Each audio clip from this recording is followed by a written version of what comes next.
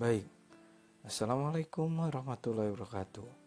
Kita telah tahu teori mengenai perencanaan kebutuhan tenaga gizi. Yang sekarang kita akan mempraktekkan perencanaan tenaga gizi di poliklinik untuk konsultasi gizi.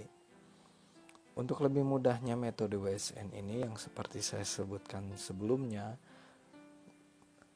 harus melalui beberapa tahapan, yaitu 8 tahapan.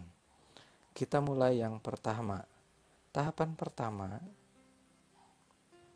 adalah perhitungan kebutuhan SDM Polirawat Jili, yaitu kita memetakan SOTK-nya terlebih dahulu.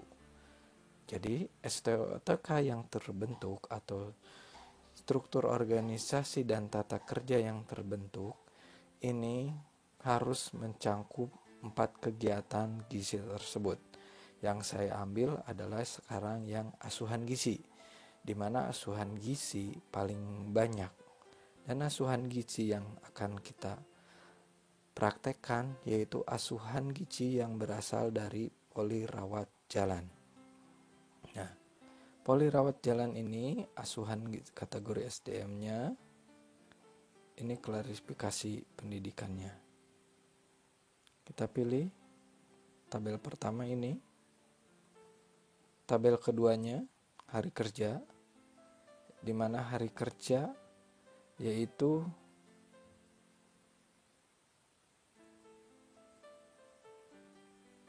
...261 hari per tahun.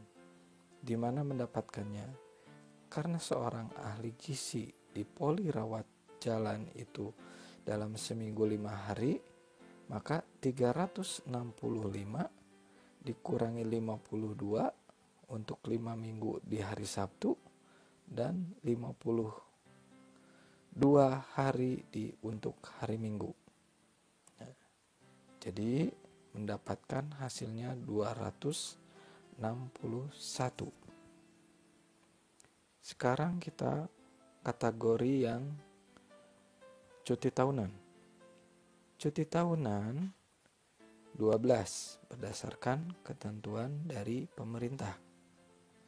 Sebagai pengembangan dari seorang ahli gizi di ruangan ataupun di rawat jalan, maka perlu pendidikan ataupun pelatihan dialokasikan sebanyak 4 hari. Dan hari libur nasional kita 13 hari.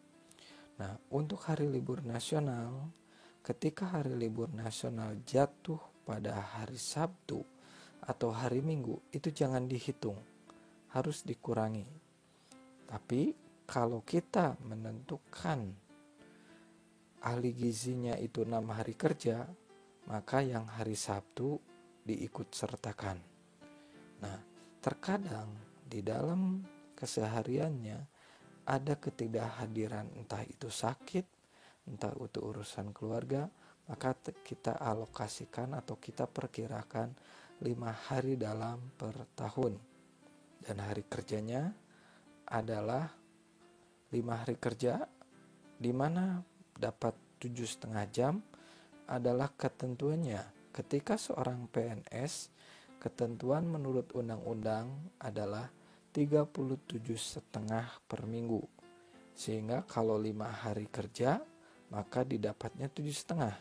Tetapi kalau 6 hari kerja, didapatnya 6,25.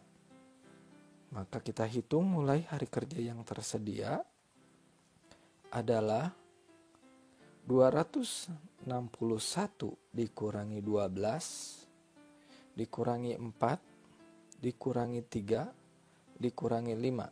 Maka diperoleh hari kerja yang tersedia adalah 227. Kita hitung per jamnya, maka 227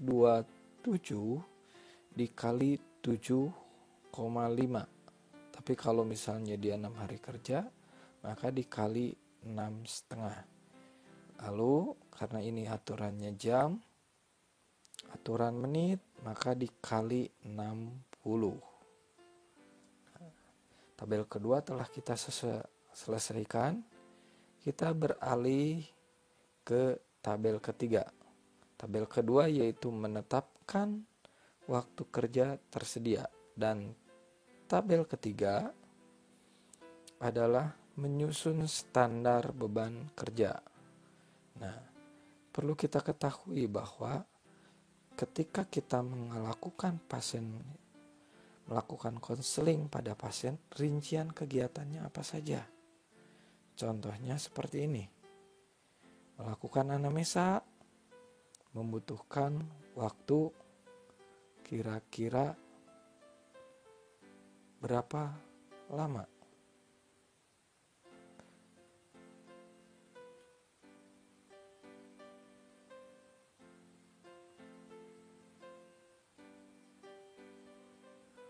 Anamnesa, ini kualitatifnya, kuantitatif, perlengkapan gizinya, diagnosa, intervensi, perhitungan, dan membuat rencana diet dan diskusi, menjelaskan. Nih, kita lihat, lebarkan terlebih dahulu. Menjelaskan diet dan diberikan diskusi, kegiatannya kita rinci dulu, sampai membuat rencana kunjungan, di mana kita harus tahu dulu bahwa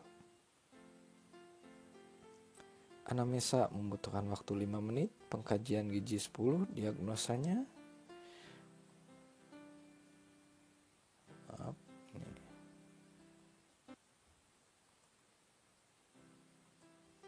5 menit, pengkajian gizinya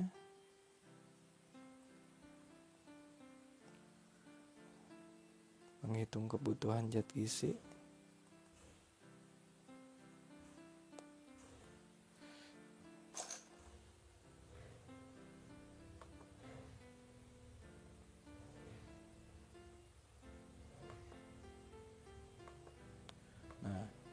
ini perlu diperkirakan mulai dari anamnesa, maka dijumlahkan dari mulai kualitatif sampai rencana kunjungan ulang, dan ini merupakan kegiatan pokok dari konseling pasien baru.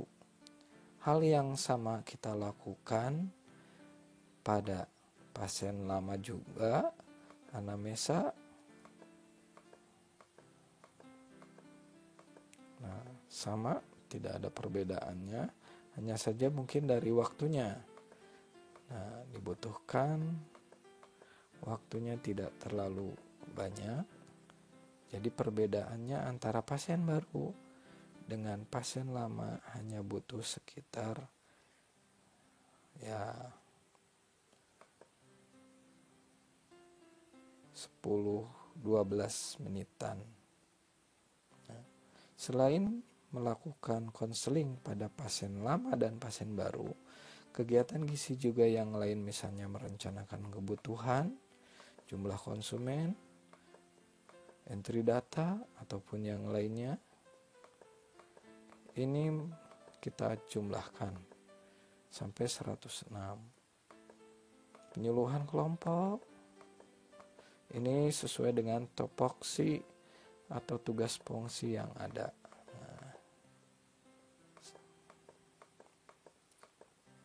Ini menyusun jadwal piket untuk penyuluhan juga. Jadi tergantung dari seorang ahli gizi di ruangan, di poli itu melakukan apa saja, laporan bulanan, pengolahan data, entry laporan, dokumentasi. Kegiatan membutuhkan waktu sekitar 125 menit. Menghadiri rapat, temu ilmiah, pembekalan PKL dan lain sebagainya. Bisa kita lihat di sini, membaca laporan sampai jumsi juga dimasukkan. Jadi yang dimasukkan tertera di sini adalah tergantung dari kegiatan yang dilakukan. Nah, ini terkadang menghadiri rapat, ini apakah masuk ke kegiatan pokok atau standar kelonggaran, itu tergantung dari institusi sendiri. Oke, di sini jumsi, bimbingan PKL,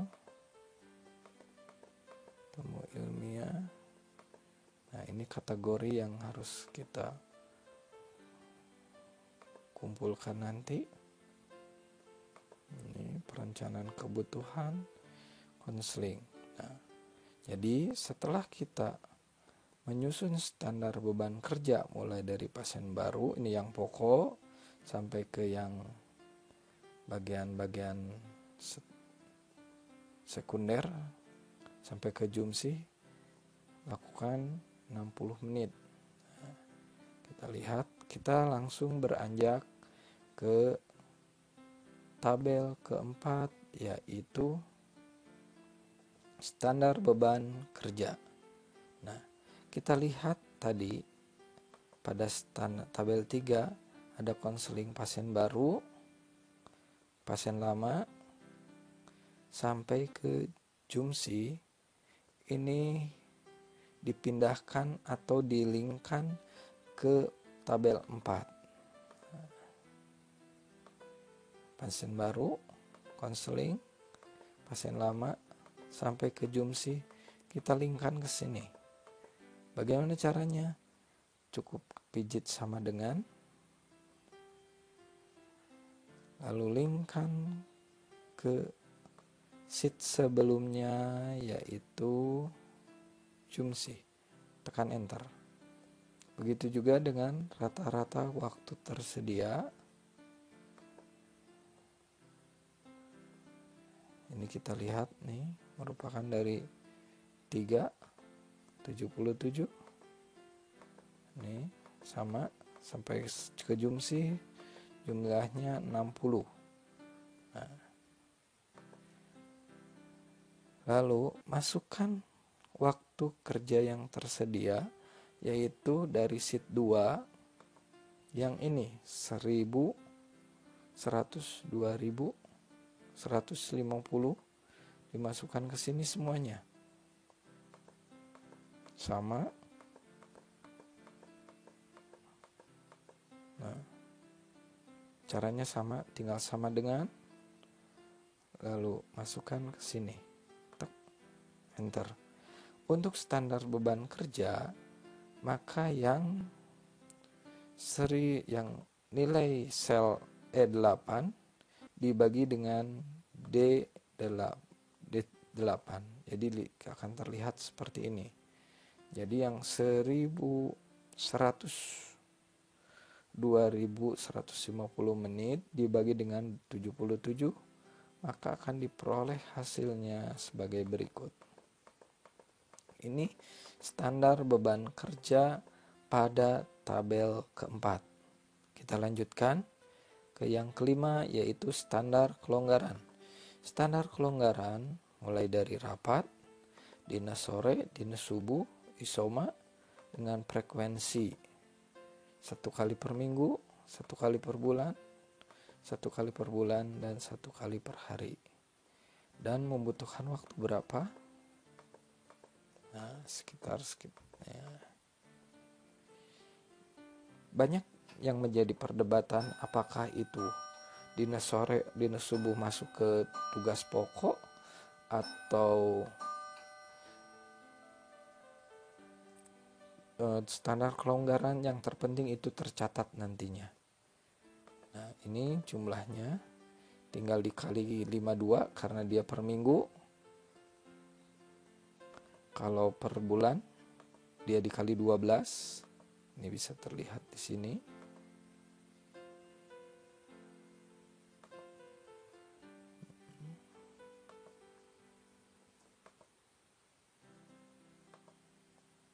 Ya. Nah, waktunya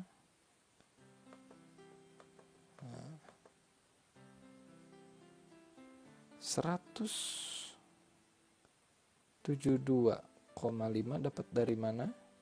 Dapat dari sini. Jam.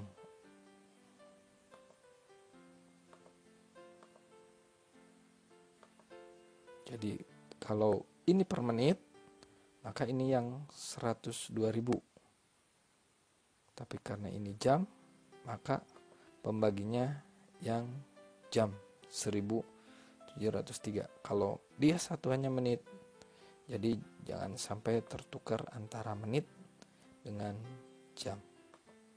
Maka diperoleh hasilnya 0,265. Kita lanjutkan ke tabel ke-6. Kegiatan pokoknya yang 13 kita pindahkan dulu.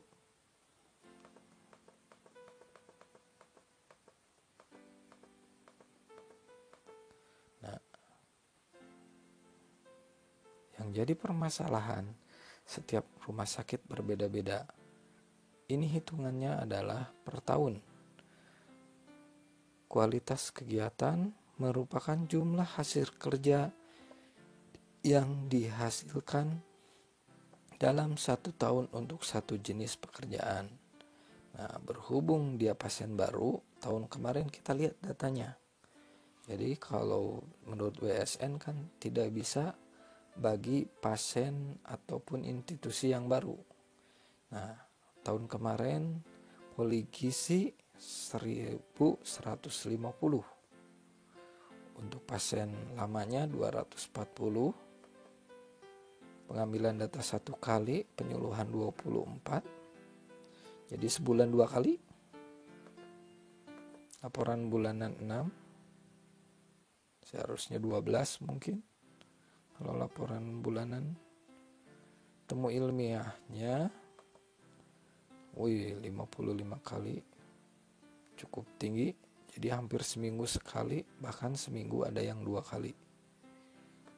Itu untuk meningkatkan kemampuan dari ahli gizi tersebut. Bimbingan PKL, ini per mahasiswa. Bimbingan lanjut sampai ke jumsi dalam setahun 52 kali. Ini merupakan kebutuhan SDM untuk 1 kali pekerjaan tersebut. Kita ke tabel 7 kebutuhan SDM-nya. Kita ganti dulu atau kita masukkan dulu jenis pekerjaannya. Nah, kakaknya kuantitas pekerjaan diambil dari tabel 6. Nah, tabel 6 1150. Maka dialihkan ke sini. Sama yang lain juga. Nah, SBK-nya diperoleh dari tabel 4. Yang ini 1326. Sama.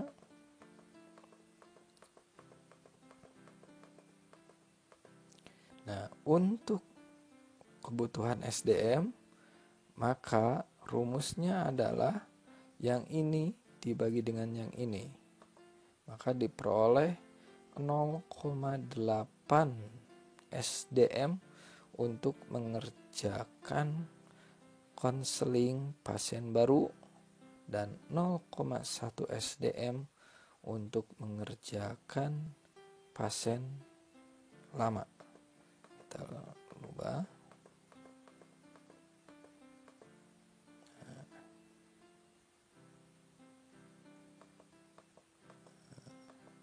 Untuk lebih besarnya.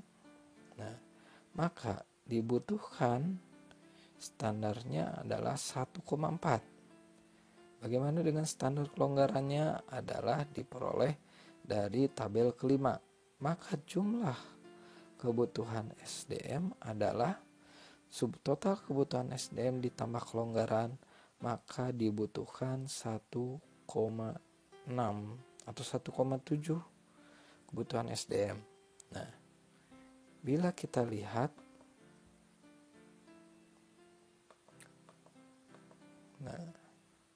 maka kebutuhan rawat jalannya bisa kita lihat di sini. Kebutuhannya ahli gizi 2 orang, tapi karena kondisinya untuk koordinator tidak perlu dihitung WIS-nya. Demikianlah perhitungan untuk WISN.